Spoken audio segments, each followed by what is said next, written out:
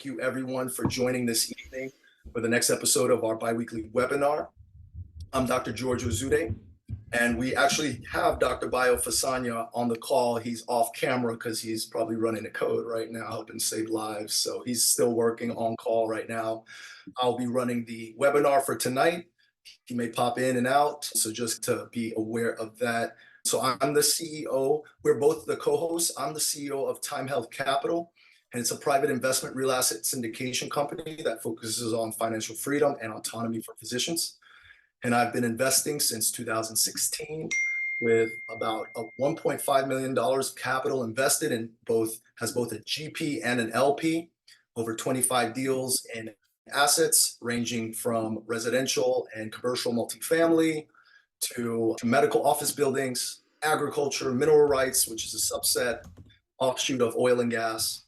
I've been a co-GP on 3 multifamily acquisitions totaling $50 million in assets under management.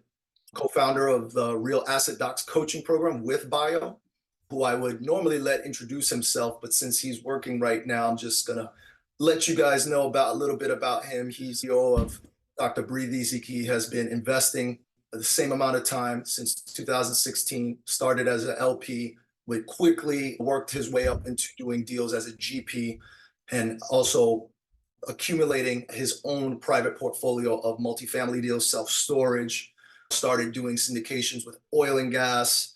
He has well over $160 million of assets under management and a bunch of experience both mentoring, coaching other physicians, other healthcare providers, other busy professionals to do the same. With that, I want to introduce our guest tonight. We welcome Dr. Kyle Stephenson to the webinar. Now, Kyle is a colleague of mine through orthopedic surgery, sports medicine. We both have the same training, same fellowship training. He's based out of Indianapolis, and we also share in common that we're real estate investors. Kyle is a real estate investor, a syndicator. He serves as managing partner for Sharp Investments, and I've known him for about a year now after connecting through the small network of other, not only physicians who do real estate, but orthopedic surgeons who do real estate. And I've been glad to talk shop with him, whether it be asking about an interesting MRI or an interesting value add investment opportunity. He is the host of an up and coming podcast. It's called the Assets and Orthopedics podcast, of which I was a recent guest, where he looks to educate and med students and residents and physicians on real estate investing and entrepreneurship. Over the last few months, I've come to learn more about Kyle's investment goals and his accomplishments thus far in the space. And that includes large multifamily, self-storage, and now into extended stay hotels, which is what we're going to be learning a little bit about tonight. So I'm really excited to give him the platform now and open it up for questions and answers from the audience. Kyle, I know that was a higher level introduction, but I would love if you can just tell the audience, who's a lot of us are also physicians and healthcare providers, about your journey. Yeah, thank you for that introduction. And I really appreciate you guys having me on here. It's phenomenal what you guys are doing. So yeah, we appreciate it. So my background, I am from Indianapolis, Indiana, and that's where I reside today. I'm back here. I went to medical school down in Florida, in Sarasota, Bradenton, Florida, at a DO school. Went to Michigan State for my residency program in orthopedic surgery for 5 years, and then I did a sports medicine fellowship out in Boston, where I worked with, it was at New England Baptist Hospital, working with the Boston Celtics, Harvard, Merrimack, a couple other schools. At that time, I was investing in the normal, the paper assets, the stocks and bonds, and through residency and training, I was reading White Coat Investor, and I read Rich Dad Poor Dad. Probably, I continue to read those both each year just to get my mind. Never knew how to do anything about it. I knew that I was going to put my money and max out my Roth IRA, do the normal things that we should be doing in residency that people have told us. Didn't know much about real estate investing, didn't know much about any other investing. So I did that, maxed out my Roth IRA for residency, did my fellowship, started my practice in orthopedics back in Indianapolis, my hometown. I did that for 4 years. And then I went to Charleston, South Carolina for 2 years after COVID. So 2 years ago, my wife and I decided, let's try the beach. Let's get out of Midtown, or excuse me, Midwest, middle of the United States, and go try something different. Found a good sports job down there. Third kid on the way now, and decided let's get back to family at this point. Beach is great, but family help is more important. My wife stays at home with kiddos. It's nice. She needs the mother help and mother-in-law help. So anyway, it's nice to be back here. We found another job back in Indy that I love, and I feel like this is my place that I'll be for as long as I practice. So I'm excited about that. Real estate journey. So again, going back to residency, Roth IRA, paper assets, started doing limited partner deals. My financial advisor found him through my dad, knew a guy, smart guy, made a lot of money. So I talked to them. They had a financial advisor for me, became a buddy, and I just trusted him. Basically, every month I was giving him my money, just handing it over. 30% of my money was going to him. And basically, I just trust him. I said, put it in whatever assets you think are right. And it's all stocks. And he was doing that. And I just didn't have a clue where that was going necessarily. I followed it. I thought it was great. I trusted him. He hasn't burned me yet, but I didn't do my own due diligence. I read the Rich Dad Poor Dad. I was doing all those things. And I was like, how do I get started on my own investments? So that's when I really started digging in deep on more investments, realizing I needed to understand more and not just blindly give my money. Found a couple limited partner deals, one of which is commercial building in Indianapolis for Amazon. Thought that's a no-brainer. All right, we'll put 50,000 in that. And that's where I really started to learn the limited partner aspect of things, that I could put money in. It's a 5-year plan, five-year deal. It was cool to drive by it and see that, hey, I own a building. This is neat. You could tell people about that. And so that's when I really got a taste of limited partner, of real estate. And then fast forward, did a few more deals. This is all 21 that it really started. So this is only 2-3 years ago. Did about 6 or 7 limited partner deals. I started listening to more podcasts. I would tell you that Semi-Retired MD podcast was a really good one that I liked. They're more big on bees, but I really started listening to them and I was like, okay, they're talking about, they read Rich Dad Poor Dad, and within 5 years, they were financially free. They stopped working, basically. One of them, the husband became it's a husband-wife hospitalists. The husband became a real estate professional status, or got real estate professional status. She was working like 2 nights a month and they were traveling the world. I was like, how do I do that? So that's when I really started to take action. I then read the book, Why Doctors Don't Get Rich, by Dr. Tom Burns, who I just had on my podcast last week, 2 weeks ago. And when I read it for the third time, I looked in there, the quotes at the very beginning of the book. George Ozoude is one of the quotes, which is the coolest thing ever. So anyways, reading that book then pushed me over the top. And that's why I was like, okay, I got to do something. So my first action of being a general partner, quote unquote GP, I bought my first single family home in November 2022. I did a BRRRR method. And for those of you who are not aware, BRRRR is buy, rehab, rent. Gosh, I just got it mixed up. Refinance and then repeat. That's right. Yep. So buy, rehab, rent, refinance, repeat. So I did that. Bought a $70,000 place, rehabbed it, all in for 120. It was worth 150. So the bank loaned me 80%. I pulled all my money out. So now I own it. And now I basically have no money into it, and the renters are paying the mortgage. I don't make a ton of money on it, but it was a great first start, and I still have the house. It was only 2 years ago. Did that. Then I bought a lot that we built the home on, so we have a midterm rental with that one. And then the third, we just did a short-term rental last year to get the cost segregation and do the short-term rental loophole. So basically we have those 3 single-family homes, and I was like, man, this is going to take me a long time to get to where I want to be, I think. Same realization myself. Did you? Yeah. And I had a buddy who was he had like 33 unit, and he was doing well, making more money per month. And I was like, all right, I got to do something. So I actually joined the Rod Cleef Warrior Group. I'm not sure if anybody's familiar with him. He has a podcast called the Lifetime Cash Flow Podcast. And really a lot of it is great. It's good education for sure. Learning all about multifamily, how to be a GP on multifamily. Probably the biggest thing I learned from it so far is just the networking aspect. Like learning the nuts and bolts of it is fantastic. And I love that part of it. The underwriting and understanding that stuff. That's good. You got to do that, but you got to put in the work for that. The networking has been phenomenal as well. And that's what I did. I networked. And then October of this past year, got together with a group got my own investors and became GP on a deal, 176 units in Savannah, Georgia. And it's going, and then Nice. continue on, fast forward just a couple more months. Within that group, I met two other guys who just met them organically in that group. One of the guys is a physician who basically retired after 2 years because of his investments. Real smart guy. And then another guy named Jason. Met those two guys, and they were doing extended stays, and they were doing it through a more small. They weren't doing it through flags or a franchise. It was through. He had a couple of 30 units. Was about to buy a 109 unit, and so I liked what they were doing. Started getting involved with them, connected really well, and then just started taking off and just understanding it. So in November, we bought a 109 unit in Baton Rouge, Louisiana, rehabbed, and that's going well. We're filling it up as we speak. So it's been great. And then in January, this past January, we just bought another hotel, extended stay hotel in Lafayette, Louisiana. And it's a 120 unit, came with a 40 unit apartment complex and an 8,000 square foot retail space.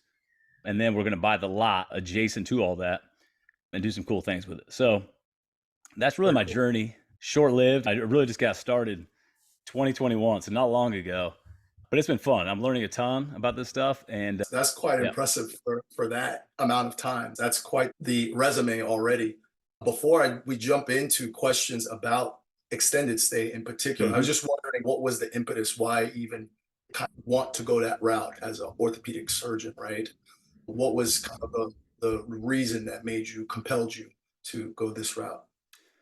That's a good question. Honestly, I think during COVID, a lot of things happened with a lot of people, and for me, my mentality with COVID as an orthopedic surgeon, we weren't in the hospital. They didn't want us to go run the floor, run codes, things like that. So Bio, I had right a little now. bit more time to do research and start thinking of things. And I was doing a ton of research on COVID and what I thought about things like that. A lot of it to me was getting a little too political, and I was just getting frustrating with that aspect. And I really, I don't know what hit me, but at some point I realized at that time that I was paying way too much in taxes, and I didn't love where they're going. I didn't love doing it.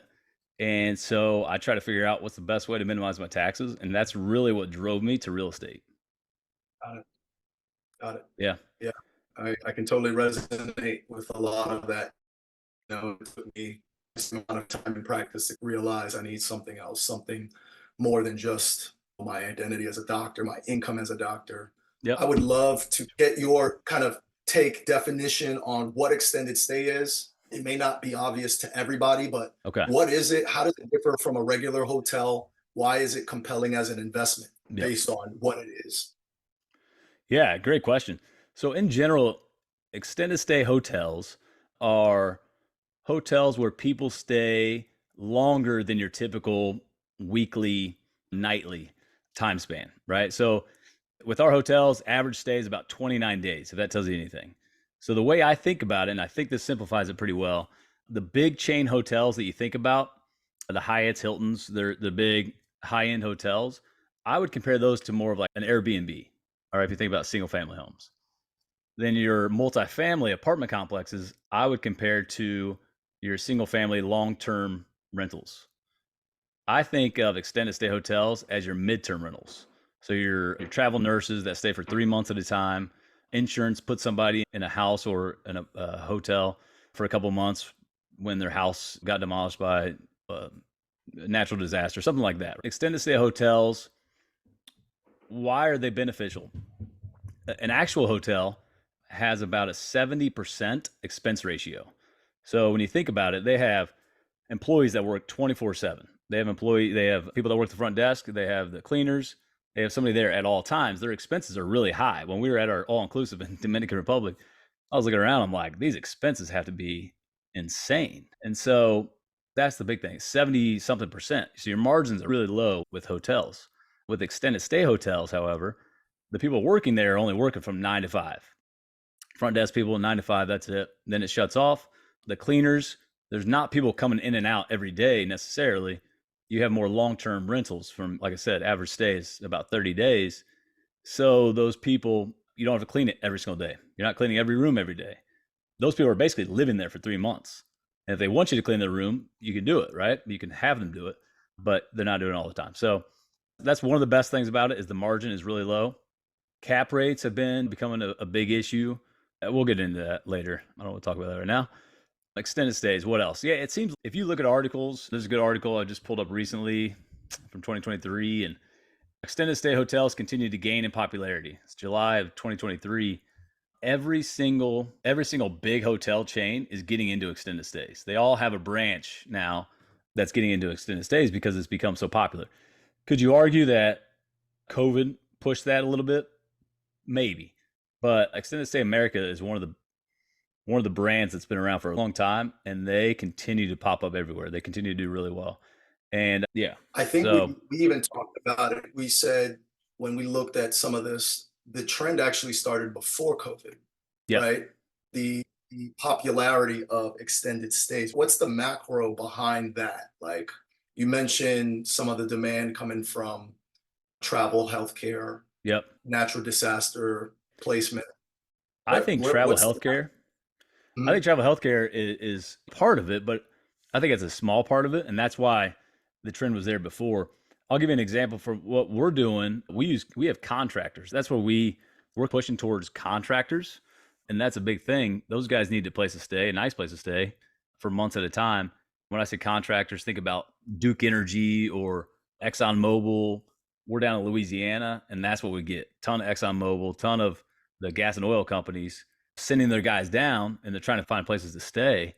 So a lot of trades, I think, are doing it. So it is a travel workforce Mhm. entity. And then the travel healthcare, that's what we think of because we're in the healthcare space. And that might be short lived, who knows? But the other stuff, travel workforce is a big part of it. Got you.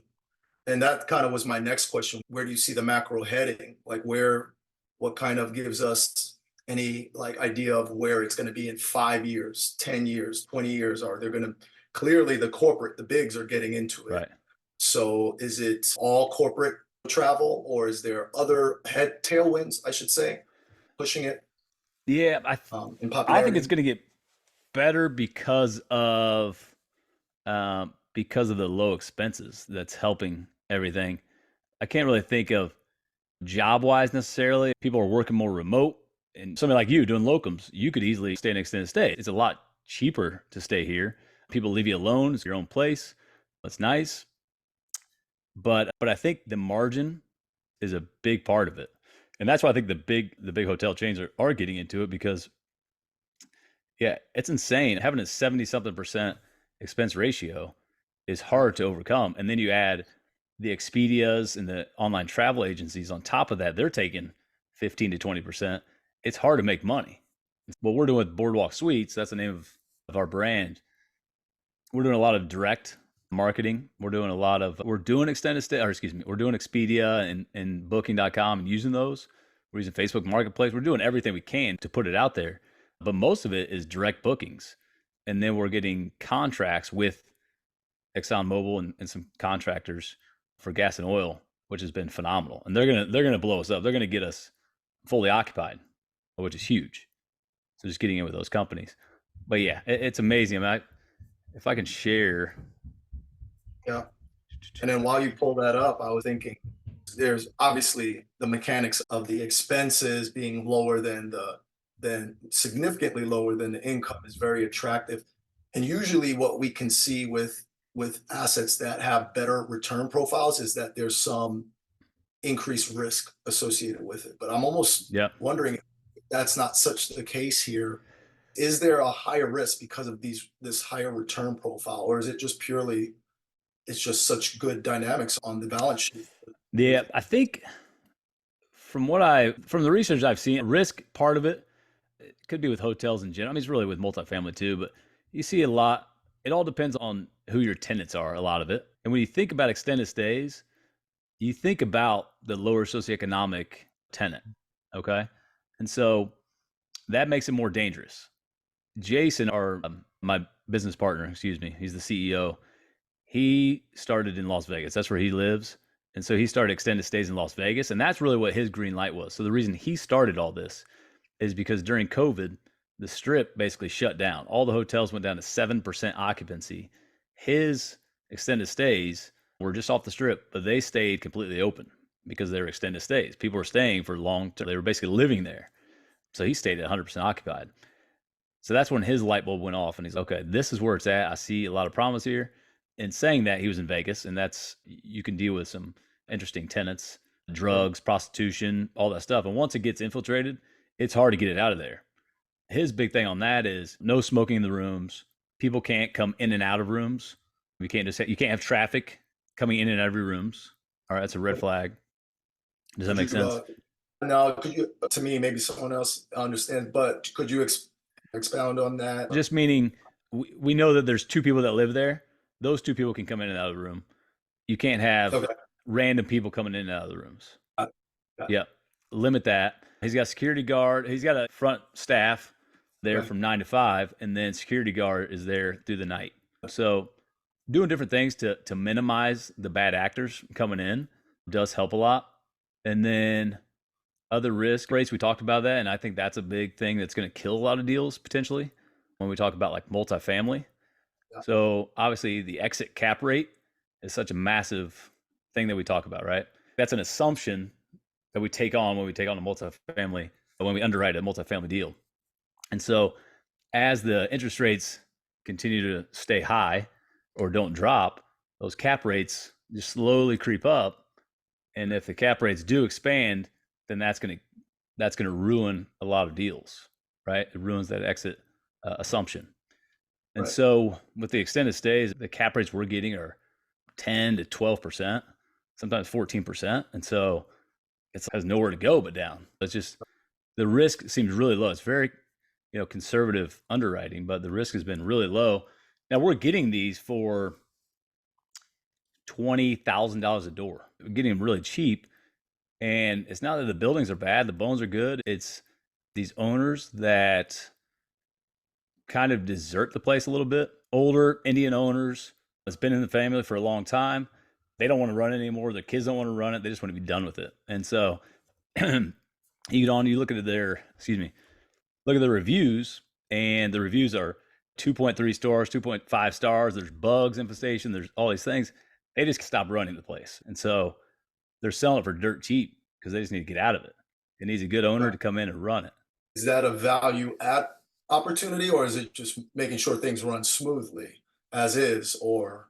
Both. Yeah, we're renovating them. They're exterior corridor places, which is not bad, but think about like old Red Roof Inn that has the old carpet and it's not a hard value add because most of these buildings are concrete and a lot of it's surfacey stuff, which is good, but light value add.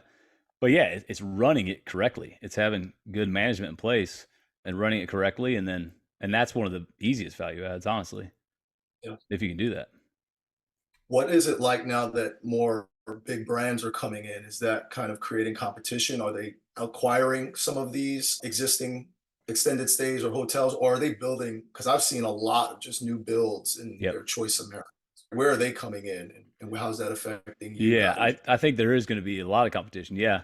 And so for us as a small brand, we definitely have to be strategic on where we are. We're not going to go to the big cities by any means. We're picking good cities that we want to make sure they have over 50,000 population within 3 to 5 miles.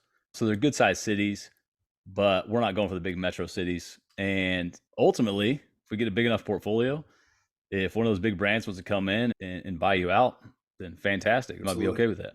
So Cool. As if anyone has questions, feel free. I want to open it up to the audience to come off mute, come on camera, or you can post a question in the chat. I'll be following along the chat just to see get your questions out there. But while we wait, I want to ask Kyle, kind of in general, or someone who's a passive investor and likes and understands the opportunity in this asset class, or if they're even a general, have aspirations to be a general partner and franchise and partner with one of these big brands. Is that something that's open and available for folks? Are there franchising opportunities? And is that kind of something that compares with what you're doing, which is more of a private placement? Compare and contrast those for the audience.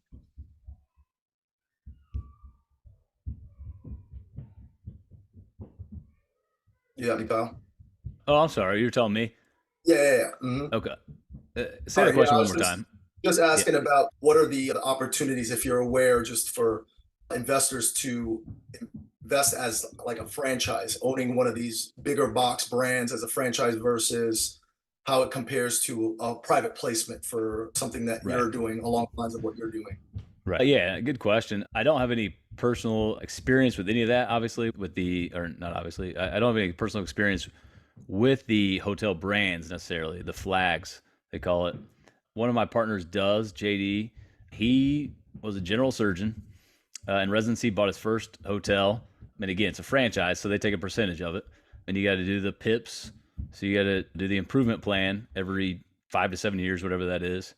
But he, I think, bought a second one when he was a second year, 2 years out of residency, and quit medicine altogether. Realized he would be paying a lot less taxes as a real estate investor than a physician doing bariatrics. And he's been doing these big hotel brands for years, and he likes it. Can you invest? Anybody can invest. It takes a lot of capital, but I would have to ask him the details of that. I would tell you that I Sure. know that he's getting out. They're selling those, and he's jumping on board with us 100% because he sees that the ceiling I think is higher with this. Right. Again, with those brands, it's a franchise, just like any other franchise. They take a percentage of your top line. They make you do PIPs every, I want to say 7 years potentially, where you have to do their improvement plan to make it up to their standards out of your own pocket. There's just a lot of headaches that come with it. Yeah. Gotcha. Yeah, I thought the same. It's just how any franchise would compare to starting it on your own. Yep. Actually, my girlfriend just literally today closed on a dog daycare business. And Nice. all of last year, she was back and forth between working with a up and coming franchise out in the East Coast who wanted to expand. And then when she looked at the terms of the FDD, I'm learning about the franchise world, which is their contract, like standard contract. Mm-hmm. Just saw a lot of things in there that just really didn't align with her, obviously. And like you mentioned, a lot of fees, a lot of additional fees that you have to Mm-hmm. really be aware of, have an attorney look at. Yes. In general, it's probably the same challenges you would find in any business, any asset class. So she decided to start her own, kind of go private versus, yeah. So we Good. celebrated a little bit earlier. Oh, that's So great. Yeah, good for her. yeah, yeah. Go for it. No, I was just gonna, to your point, there are a ton of fees. And I think that you just would feel that somebody's thumb is on you at all times, Yeah, making sure you're pushing the right buttons and doing the right things. And obviously, you want your business to succeed, no question. But somebody wants your business to succeed much more than you do. And they're making sure of that. Yeah, it'd be tough. we have a question from Shola. How did you find these deals, or in general, how do you find these deals? Are they off market, or are they by a wholesaler? Good question. So, my role in this, as you guys know, with multifamily, extended stay hotels, whatever it is, it's a team effort. And I found the guys that complimented me on the team, or I complimented them. I'll put it that way. And my buddy Jason, he's the mind. He can underwrite and do all the things, and he found the deals. He's been doing research for the last 2 3 years on where to find these extended stay hotels, and Louisiana has been a good find for us because of, like I said, contractors are a big client for us, and so he found the deals through a broker that he knows, and they're off market deals. The broker's literally calling them every day with different ones because Jason basically said, "This is my investment criteria. This is what I'm looking for. Find me these in this area, Sun Belt, whatever it is." And it gives that broker truly a focus to know that, hey, if I come to you with these deals, like this is what you're looking for. And then he's closed on a couple of those deals. So now the broker's coming back to him for more. That's how he's finding them. And I'm helping him with that, but he's been doing all that legwork prior to. So yeah, I feel like broker that. off market deal. And I feel like that highlights the importance of what you mentioned before as far as networking and just establishing relationships. I'm sure it helped that Jason has a track record in that space. Yep. Correct me if I'm wrong. He started out doing his own deals with extended stay, or was it also pooled capital or syndicated or? What was that? Yeah, he was doing JV deals before. Yep, you got it. And Yep. so again, Yep. networking and putting yourself out there, probably going to events, joining different clubs, different meetups, and then getting known as a person who is interested in this asset class, has done deals in this asset class. Yep. And then finally, when brokers start bringing you stuff and you start actually executing on them, now they know you as a doer, right? And I think that's goes to the point of this is a relationship business. So yeah, getting out there and rubbing shoulders with the brokers, find out where they go, find out where they hang out, and understand how you can get on their radar and get their attention, you Mm-hmm. know. So yeah, so how do you find your deals? And so yeah, anyone else with questions? Want to keep this going? Questions about extended stay? Kyle, I had a question about return profiles for LPs. We talked about it at the Yep. project level. What does that kind of trickle down to for LPs who invest compared to a multifamily syndication? Yeah, it's the exact same, honestly. The Baton Rouge, the first one, the 109 unit, is just a JV deal essentially. With there's 4 of us involved there, and then this last one has been a syndication. We did seller financing for a big part of it. We got a 120 unit plus all that stuff for 2.3 million. Like, we got a nice deal on it. Seller financing for most of it, and then we got about 8 to 10 investors, a fairly small group, I think. And yeah, very similar to a multifamily waterfall. We're doing pref equity, and then we're doing a 60-40 split because we didn't take any fees up front. So we're not doing any acquisition fees or any of that. So we want our investors to obviously make the money, but instead of a 70-30, we did a 60-40 just so the GPs can get something on it for doing a lot of the work. Gotcha. And so you said there was a pref return with that, and that looks similar to Yep. multifamily. Yeah, So we did a 10% pref equity. I think most multifamily, from what I've seen, has been 8. yeah, Um, I would say 8 or yep, lower, yep, 6 seven, 7 to 8, yeah. But with the Baton Rouge, like, you're cash flow positive when you have 33 of the units occupied. So basically, less than a third of the units occupied, you're cash flow positive.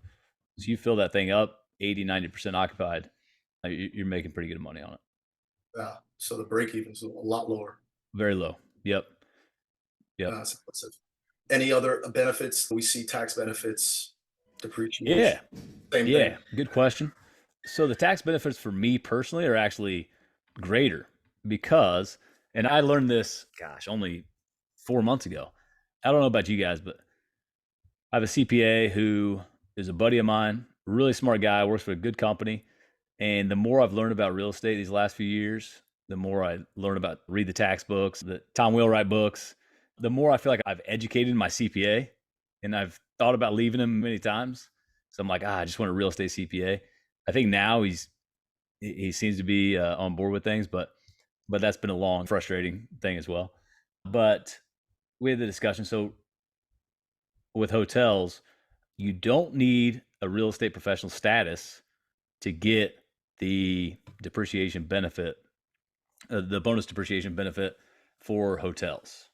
And because it's more of an active investor role, more so than multifamily, you don't have to be a real estate professional status. Somebody can correct me if I'm wrong on that, but Obviously, mm-hmm. we know about the whole short-term rental loophole With functions. Airbnb, It's looked at as active participation, material participation. yep. We have a question from Roberta. Come off mute. Hi. Yes, Hello. I'm trying to find out, is extended stay available for international investments? I am a part of an investment group that is raising a $5 million fund, and we're planning to do our investments internationally in emerging markets. And so we've been looking at hotels, primarily looking at some of the, I guess, the franchise more. I think you've mentioned it, reference it as a franchise. But I like this model because we're looking at a market that really needs long-term opportunities for rentals. Mm-hmm. And but I'm just curious if is this something that's available for international markets? Great question. For us personally, it's not out there. What we're doing, we only have essentially 3 in our portfolio right now. We're obviously expanding, but for us personally, we're not overseas. We're not international. How would you find an opportunity that is international? That's a great question. I don't know. Obviously, the big brands will be out there. Okay. But how could I connect in a way that will allow us to evaluate extended stay as an option for international? I guess we could find the property. Okay. That's not a problem. Oh, and We're how just would trying. you be able to create extended stay, like make it an extended Exactly. stay hotel? Yes, yes, yes. So seeing like you're just talking about basically, are the tenants going to be there? Are Yeah, the sounds numbers like going to work for you guys? I'm a the little macro, confused on. Okay, talking about kind of the macroeconomic opportunity. Is there a demand for it, or I already know there is. I'm just trying to figure out how could I, if I know the market I want to go to, I know they need long-term stay rental opportunities. I heard that loud and clear from the due diligence that we've conducted. And instead of a short-term hotel type, Mm-hmm. I think there's a great opportunity for an Got it. extended stay. So I recognize that opportunity. I'm just trying to Okay. figure out, like, how do I connect to evaluate if extended stay is even an option for us to extend to that market? Yeah, I would do all the research you can on extended stays. We could talk, and I could get you connected with my business partner to see about evaluating that area, to see about running it. The big things again are, what do you need? You basically need front office staff, right? You need that from 9 to 5. You need similar to what you need with multifamily. You'll need property manager, handyman, things like that, and they could be on site. Comparing it to a hotel, again, you don't need them 24/7. You need it from 9 to 5, and so that's the beauty of it, is you're going to drop your expenses from 70% way down to 40% or even less. And just figuring out how to do that. I think the other part of it is figuring out how to market it as an extended stay and who to market it to. All those things you'd have to play with in your market to see what works. Basically, what we did with marketing is we put it on Airbnb, Furnish Finder, our own direct site, Expedia, all of them, to see which hits. And when we learn which ones are hitting the most, we're really pushing those. And that's what we're marketing. We're pushing those even more with paid advertisement. We're getting out there. So that's when we connected with contractors, because contractors have been huge down in that area. I think the other thing you need to think about is, who are the tenants in that area? It's international. You do the research on, is it travel workforce? Who are your tenants going to be? And then just market to them. Okay, So great. Thank did you. that answer it? Yeah, it did. Thank you. Yeah. Sorry for the confusion. No problem. and then let's see, we have another question from John. This is, how are you dealing with competition from short-term rentals? So are these tenants also looking at just individual single-family homes, or those type of options and just staying longer? Or is that not really a same avatar? Yeah, it's a good question. And again, I compare this more to midterm rentals, and you could do midterm rental or short-term rental on Airbnb. It's a little bit of a different beast in the fact that this is not like vacation style area, nothing like that. We've made it nice. We've renovated it nice, but we've definitely marketed it and pushed it to the travel workforce. And is there competition out there? Of course, yeah, there's definitely competition. But Airbnb's been great for us. We've put it on Airbnb, and we're getting a lot of hits. And again, they're staying for months at a time. Yeah. What are they getting in a extended stay that they would not be able to get in a short-term single-family house? Single family house, they're definitely getting a lot more. We're doing it for cheaper. So that's the big difference. So we have kitchenettes. So in our rooms, it's a typical extended stay. I'd say it's nicer. The website that we have is www.boardwalksuites.com. And you can pull that up. They're nice rooms. We have nice LED mirror and little kitchenettes with a refrigerator. And so if you have an Airbnb, you're going to have all the amenities you want, right? You can cook and clean, do all the things you want. In ours, it's a lot more limited. We don't do breakfast, nothing like that. I can tell you why. But it's $300 a week. So that's the nice thing. $300 a week, and you stay for a month, it's $1,200. Whereas I think if you stayed a month Airbnb, typical Airbnb, you're not paying $1,200, right? So it's almost like multifamily rental rates with more of a short-term feel. So the reason we don't do breakfast is because the studies show, when you look in the hotel business, if you do breakfast, do breakfast really well. If whatever you do it really well, because the reviews on the website will expose you if you don't. And so we didn't feel like we were going to put any effort into breakfast. And so we just don't do it. If for those who do it well, are they charging extra for their nightly rates? I would assume to pay for that. You think, yeah. And you think about the hotels that are really doing it. It's like the Hampton Inn, it's the nice hotels, Yeah, Holiday yeah, Inns, Hampton Inns. It's not right. typically your extended stays. Amenities, gyms, business centers, Yep. that Yep. to We put expect. that in there. Yep. So gym, business center, you got it. You got to run the numbers and really see if it works for you, because you're essentially taking away a room. And that's what we had to Right, do with square foot. these. So we took away a room for a conference room, took away a room for a fitness center, because that's what these people want. We've been talking to them about it, and we realized that the numbers work. We would rather have, basically now a 98% occupancy because we took away those two rooms than 70% occupancy because they're like, hey, we don't have the things we need. Those would have been Some, just vacant rooms if you kept them as rooms. yeah, exactly. Yep. Got it. The question was, what's the website again? I think I posted it. Maybe I Yeah, I didn't saw you post it. posted that. I'll just put it up again. All right. We got 5 minutes, folks. I just wanted to see if there's anyone else with any questions about extended stay or for Kyle in general. John, I see you're on camera. Yes, sir. I do have a question about the GP and LP for extended stays. So I'm assuming people who come in as LPs, they don't get the benefits of GP. Is that Correct. okay? Yeah. And now us as GPs, we're LPs as well. Every deal that I do, I'm going to be an LP and a GP. I think Dr. Ozoude is the same way. But yeah, with that being said, if you come in as an LP, then you would be a limited partner. Now, do we want to know what the LPs are thinking? Do we want to stay, connected to our LPs? Absolutely.